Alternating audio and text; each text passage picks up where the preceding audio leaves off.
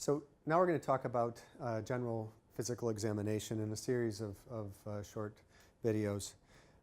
The difference between an excellent clinician and just an okay clinician is you need to have really good critical thinking skills, you need to have great communication skills, you need to be able to take a good history, thorough history, and do a very thorough physical examination. We're going to focus on the physical examination part.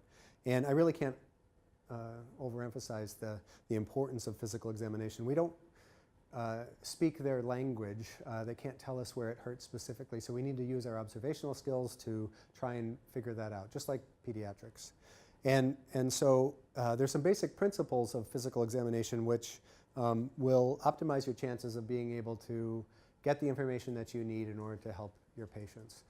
And one of the most important principles, for pretty much any procedure that you're going to do in veterinary medicine is to try and optimize the comfort for the patient. If they're more comfortable, they're more likely to be compliant and allow you to do the procedures that you need to do. From a physical exam perspective, if it's more comfortable, it's also safer for you. So if you hurt the animal, they're more likely to react. And that gets to one of the principles of physical exam is that if you know one spot is painful, if they're lame in that leg, you tend to put that off until the end of the examination. You adjust your examination to look at the problem last so that you get one, so you don't get tunnel vision and focus on the problem, but also so that you don't make the patient upset and lose an opportunity to evaluate the rest of the animal. And so, so you need to focus on the comfort of the patient. And that's true for physical exam, for venipuncture, for most procedures. The other thing that's true for pretty much everything we do is to optimize your conditions. You want to have the right lighting, you want to have the right environment, you want to have the animal in the right position so that you can be able to do and evaluate what you need to evaluate.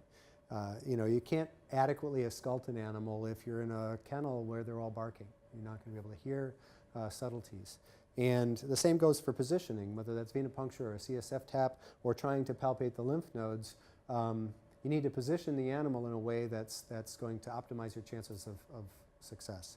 The other part that's not a hard and fast rule is to try and make it as ergonomic for the clinician as possible. It is easier for you to do your job if your hands are in a comfortable position, if your body's in a comfortable position, than if you're standing on your head or trying to palpate a lymph node with your hand bent backwards. So change the position of the patient, change the position of your hand, of your body, in order to make it easiest for you to do what you're trying to do. And then you want to focus on what I summarize as a lot of the S's. So you want to use all of your senses.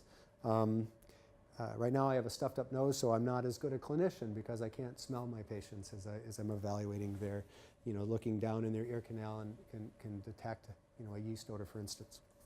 So you want to use all of your senses, your fingers, your ears, your sense of smell, and of course your observation. So you're observing things as well as palpating them.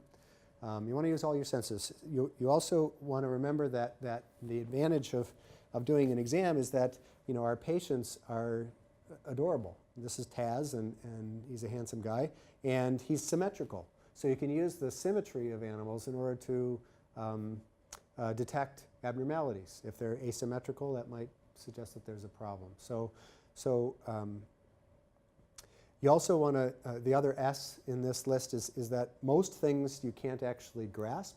You can't grab a hold of them, like maybe a tumor under the skin you might be able to grasp, but most structures you slide them. So for a lymph node, you're going to slide it to the limits of its mobility and then it's going to snap back. So you make your hand into sort of a C-type shape and you're going to grasp the soft tissues and slide until something slides through your fingers and snaps back, and that's how you learn where it is, its contour, its size, and you also, by learning where it snaps back, the limits of its mobility, if you then need to go back and collect a sample from it, for instance, you slide it to just less than that limit of mobility, so now you have it localized and immobilized, so you're able to put a needle into it in order to do your needle aspirate or collect some other sample.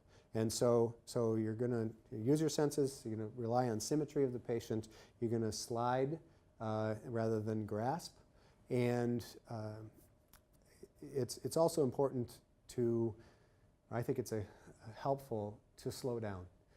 Very often we're kind of in a hurry to get through examinations. We ask you to hurry up in the clinic. You need to do your exam in history in 20 minutes or so. But certain parts of the exam you have to go slowly, like abdominal palpation, and we have another video section on that. And going more slowly is more comfortable for the patient. Gets back to that first principle of comfort. And it also increases your chances of being able to find what you need to. And so slow down. And the last S in the list would be using a soft focus. There are certain things where you really want to look very closely at one particular spot, and you're focused in on that particular spot. But the general exam, like for instance when you're doing an oral exam, which we'll talk about later, having a little bit more of a soft focus so that you can see more globally the whole patient allows you to pick up on things, particularly if you train yourself to look at that level. That's the advantage of those key skills I was talking about, like critical thinking and history taking and problem solving and physical exam. These are all learned skills. You can get better at them if you practice them a lot. And that gets to one of the key points of physical exam. You just have to practice, practice, practice. The more you practice, the better your skills will get. You'll get the motor memory you need in order to position your hands in the right way to be able to find the structures that you're looking for. And so, so remember to look at the painful spot last. Adjust the position of the animal to optimize your chances of finding things. Slow down if you need to. Use a soft focus at times as well as a fine focus when you have when you find an abnormality that you need to look at more carefully. So next, to talk about palpation.